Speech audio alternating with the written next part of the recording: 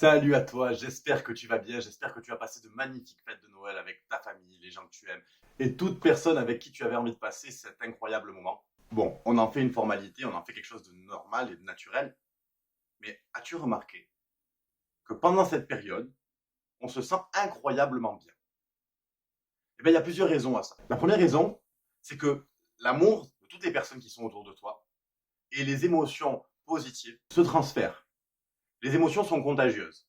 Donc, naturellement, si tu es dans un endroit avec des personnes qui sont avec un esprit de fête, avec un esprit joyeux, avec un esprit d'amour, tout naturellement, tu ressens ces émotions et ça te met dans un état fécond. Toutes ces sensations te mettent dans une physiologie positive et te fait ressentir du bien-être. Plus que ça encore, passons à un autre élément des plus importants lors des fêtes de Noël.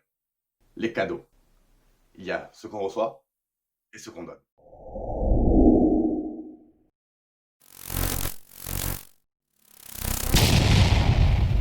Souviens-toi du dernier cadeau que tu as offert à une personne que tu aimais.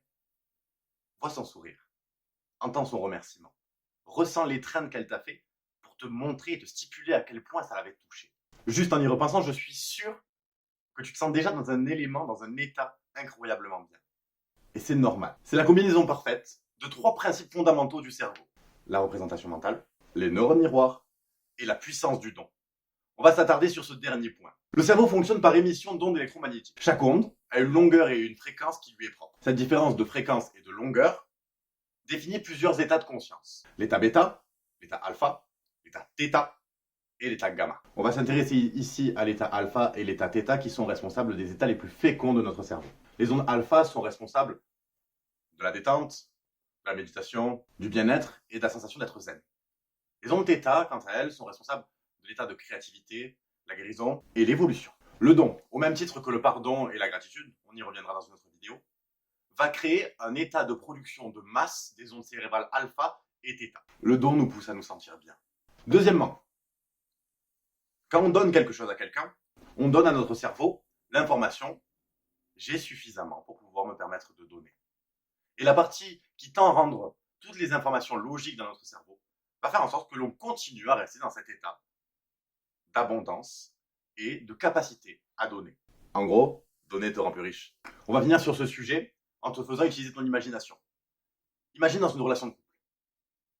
Si tu te dis, je ne vais pas donner à mon partenaire, à ma partenaire, parce que j'ai déjà donné la dernière fois, où est-ce que tu crois que ta relation va aller? Donne de manière désintéressée.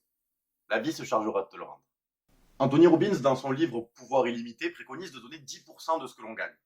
Et pas seulement le jour où tu te sens suffisamment riche pour pouvoir le faire, mais à partir de maintenant. Rien n'apporte plus de joie que le don. Et puis, de cette manière-là, tu donnes à ton cerveau l'information que tu es déjà riche. Ça peut t'aider.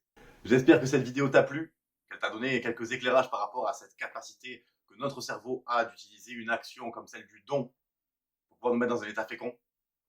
Lâche un pouce, abonne-toi, partage autour de toi. Passe une excellente fin d'année, tu es extraordinaire.